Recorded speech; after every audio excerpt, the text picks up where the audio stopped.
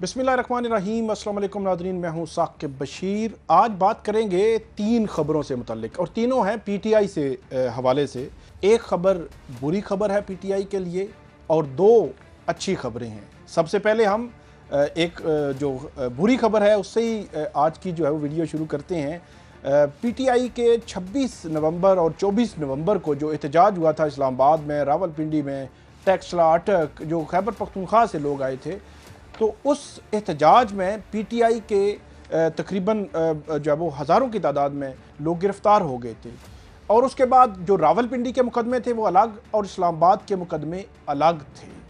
जो रावलपिंडी के मुकदमे हैं उन जो मुकदमात की तादाद 24 थी, जिसमें तकरीबन 1000 जो है वो 74 लोग जो है वो उसमें ज़मानत बाद अज गिरफ्तारी पर थे। उनमें उनको नामज़द किया गया, उनका रोल डिफ़ाइन किया गया, उनको एट्रीब्यूट किया गया कुछ ना कुछ कि उन्होंने कुछ उन पर इल्ज़ामात हैं, उन्होंने जुर्म किया है या कानून को जो है वो तोड़ा है। जो 1074 लोग, उन पर 24 मुकदमात में, जिनमें 9 रावलपिंडी के और 15 अटक के ये मुकदमात हैं, जिन मुकदमात में बाकायदा ट्रायल का आगाज़ हुआ।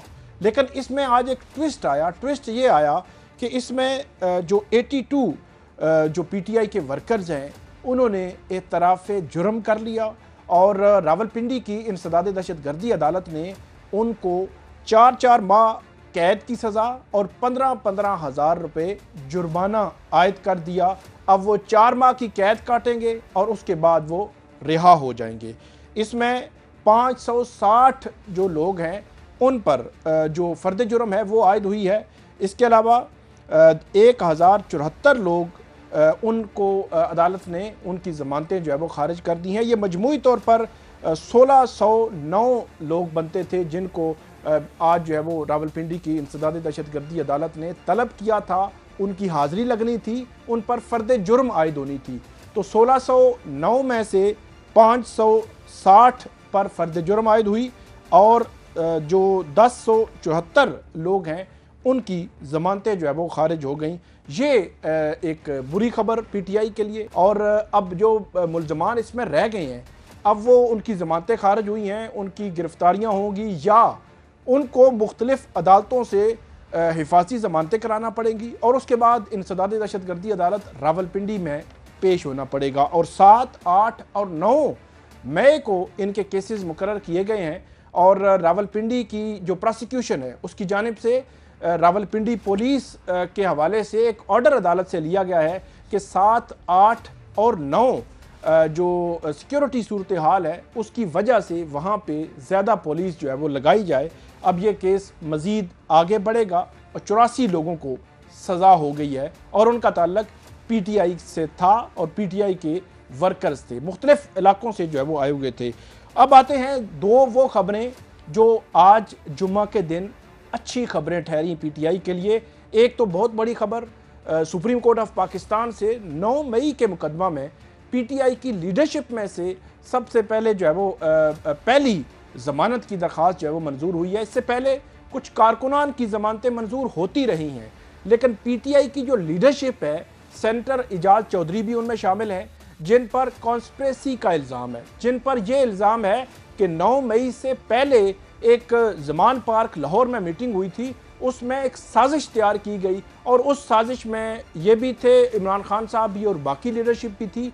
और साजिश ये थी कि अब अगर इमरान खान गिरफ़्तार हुए तो हसास तनसीबात या जो आर्मी की जो तनसीबात हैं उनको अटैक किया जाएगा। तो ये जो साजिश का इल्ज़ाम था जिस केस में, उसमें सुप्रीम कोर्ट ऑफ पाकिस्तान में पीटीआई के किसी बड़े लीडर की पहली ज़मानत की दरख्वास्त थी जो सुप्रीम कोर्ट ने मंजूर कर ली है और 1 लाख रुपए मचलकों के इव्ज़ सेनेटर एजाज चौधरी को रिहा करने का हुक्म दिया है। सेनेटर एजाज चौधरी जिनके प्रोडक्शन आर्डर जो है वो कौमी असम्बली और सेनेटर जो है वो, क्योंकि सेनेटर हैं तो सेनेट से उनके प्रोडक्शन आर्डर जारी होते रहे हैं, लेकिन उन प्रोडक्शन आर्डर के बावजूद उनको कभी भी यहाँ पे नहीं लाया गया।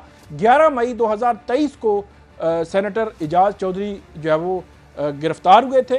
2 साल से सेनेटर एजाज चौधरी जो है वो जेल में है और अब देखना यह है कि उनकी रिहाई हो सकेगी या नहीं हो सकेगी। लेकिन इस केस के असरात बड़े गहरे हैं इमरान खान साहब की ज़मानतें लाहौर हाई कोर्ट में हैं, डॉक्टर यास्मीन राशिद की जो लाहौर की इंसदादी दहशतगर्दी अदालत है वहाँ पे हैं। इसी तरह शाह महमूद कुरैशी की जो ज़मानत है या उमर सरफराज चीमा की, वो भी लाहौर की इंसदादी दहशतगर्दी अदालत में है। बज़ाहिर इसका असर ये हो सकता है कि उनकी भी ज़मानतें आगे चलकर मुख्तलिफ अदालतों से मंजूर होने के इम्कानात मौजूद हैं।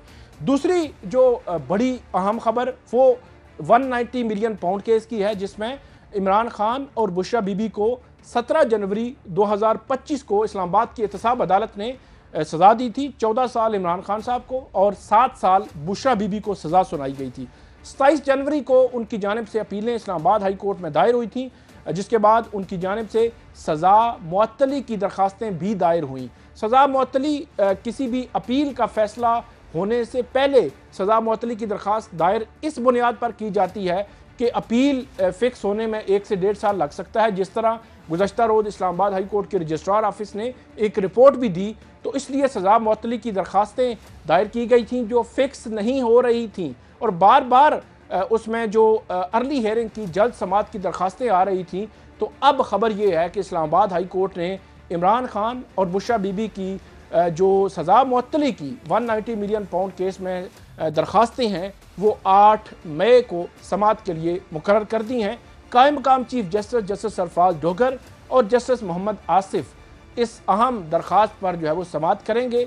इससे कबल इमरान खान साहब जो है वो तोशा खाना जो 1 केस है, जिसमें 31 जनवरी 2024 को उनको सज़ा हुई थी, उसमें उनकी सज़ा मुअत्तल हो चुकी है। तोशा खाना फौजदारी का एक केस था जिसमें पहली दफ़ा उनकी गिरफ्तारी हुई थी, उसमें उनकी सज़ा मुअत्तल हो चुकी है।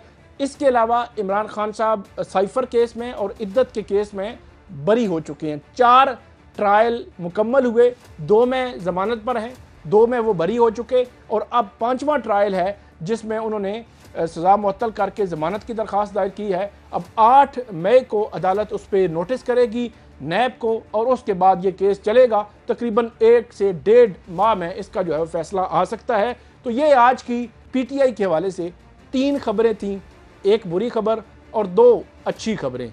मज़ीद भी अपडेट आपको करते रहेंगे। बहुत शुक्रिया।